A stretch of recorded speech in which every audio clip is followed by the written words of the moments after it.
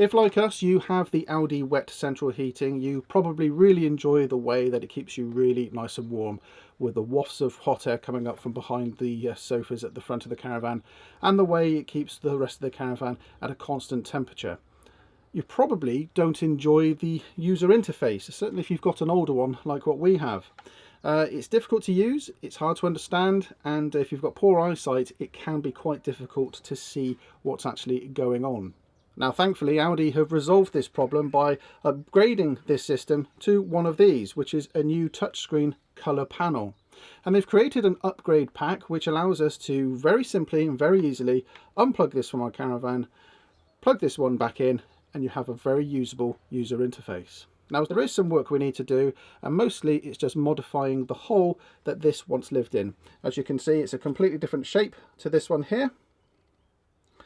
And in the kit, they actually provide a blanking plate, so it looks very neat and very tidy.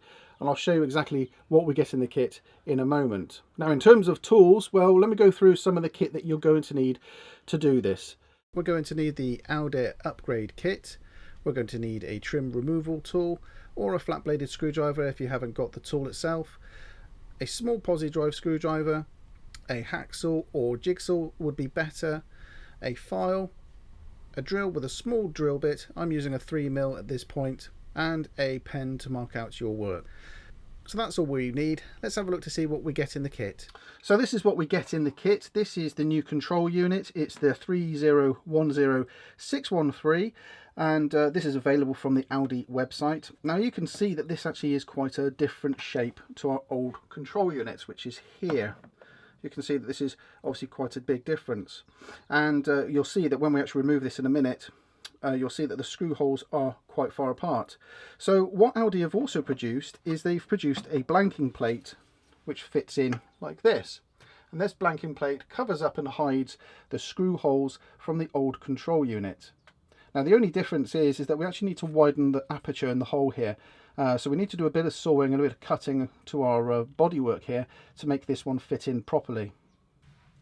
Now also in the kit as well, you obviously get your set of instructions for the new control panel on how to use it, but also because this is an upgrade pack, they show very simply here on a 10-point list on how easy it is to actually modify the aperture. So let's go and make a start and remove the old control panel. So the very first step we need to do is to remove the old panel, and we're going to do that by unclipping the plastic cover off the front here. Now you can do this with a flat bladed screwdriver, but what I'm using here is I'm just using a trim tool, which are very useful around the caravan.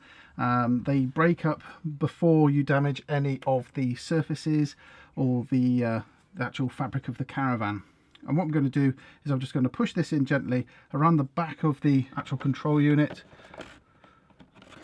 There we go. There we go. So now the next step we need to do is we need to remove these 4 screws, and we need to keep these screws. So just using a posi drive screwdriver, take these screws out and keep them safe.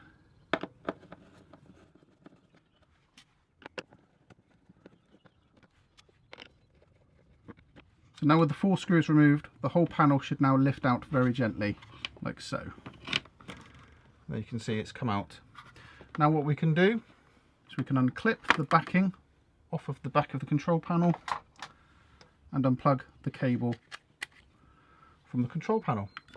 So that's now removed from our caravan. Good. So with the panel removed, I've just stowed the cables away at the back there, and we're going to use our blanking plate here, and you can see that it actually covers up the holes quite neatly.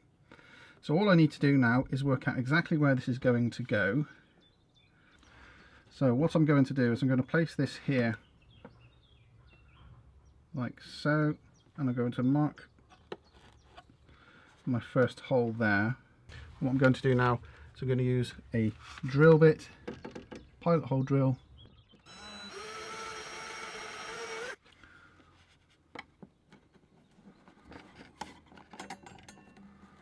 and I can make sure I'm level as well.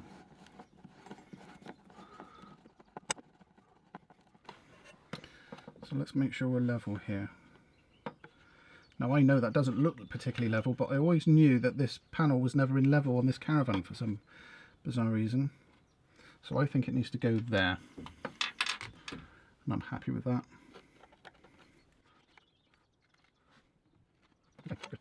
So I'm just going to put another hole in place so then I know it's dead accurate.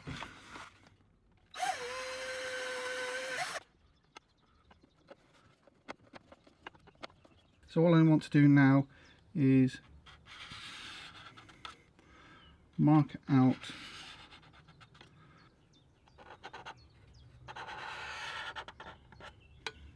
as much as I can, and now I know where I need to cut.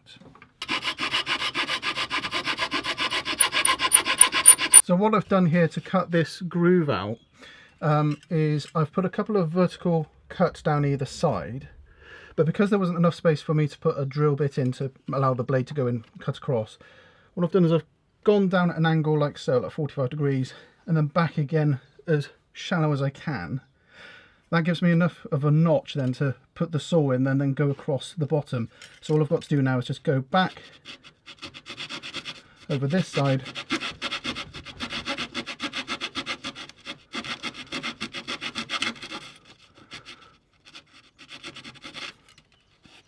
and remove that notch. Now I've got a file with me as well, so if I do need to take any small amount out I can, but that's looking pretty good on the bottom there.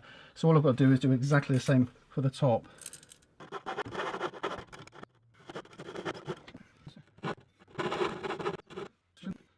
So what I'm doing at the moment is I'm just making some adjustments now to make sure that it fits correctly, and it's almost fitting in quite nice and snug, but there just seems to be some resistance right at the end there. And I've identified that it's actually this bottom corner here and this top corner up here. So all I'm using is a file just to take down the last bits. Now I'm going very careful because obviously there's cables behind here, so I don't want to go too hard. And that's the reason why I'm using short strokes here.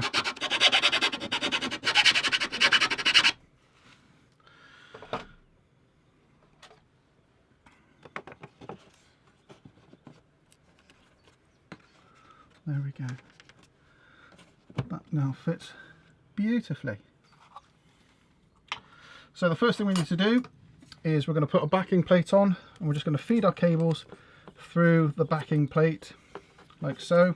And we're just going to let that rest there for a minute. We don't need to screw it on just yet. The second thing we need to do is we just need to connect with our plug here into the back of the new unit. So connecting this up couldn't be easier. All we need to do is remove the backing plate like so. And in the back there's a 4-pin plug and socket just here, which this plugs into, and it will only go in one way. So it plugs in like so,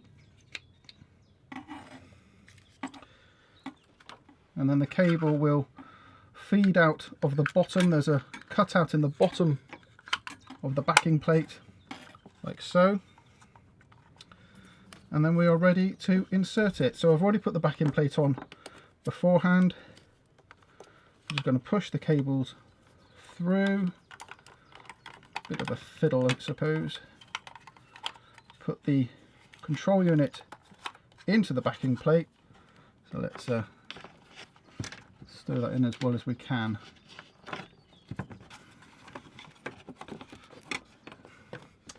And then we just add our 4 screws that we retained from earlier on. Of course, they don't need to be too tight, they're not going to be under any stress at all.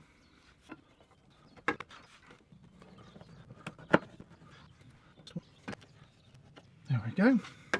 Peel off the protective cover, and we're going to put our new front cover on, and there we go, job done. Now the acid test. Make sure it works.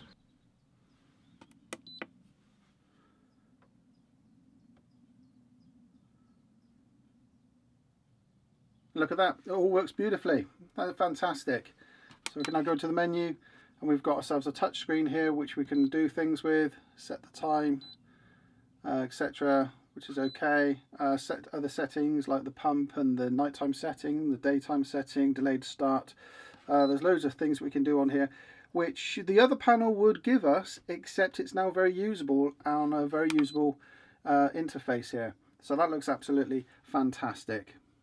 There you go, guys, that's the installation now complete. Now there are a few accessories which I'm going to be adding onto this control panel, which would have also worked for this control panel as well, except I just wouldn't been able to understand it or read it properly. I'm going to be adding those on in the next couple of days, so stay tuned for separate videos on those points. As you would have seen, it's quite a simple little upgrade that you can actually produce. The most difficult part is just cutting away the trim inside the caravan, something that I'm not particularly great at, if I'll be absolutely honest with you, but I managed to do it nonetheless. It's just being able to get any apparatus or equipment in there to do that. I suppose if I had a jigsaw, it would have been a lot easier and a lot more controllable to actually cut the perfect straight lines. But where I'm at, I don't have any power and I don't actually own a jigsaw. So there we go, guys. I hope you found this video informative and useful. Links to all these products, as ever, are in the video description down below. So until the next time, guys, I'll speak to you soon. Take care now. Bye-bye.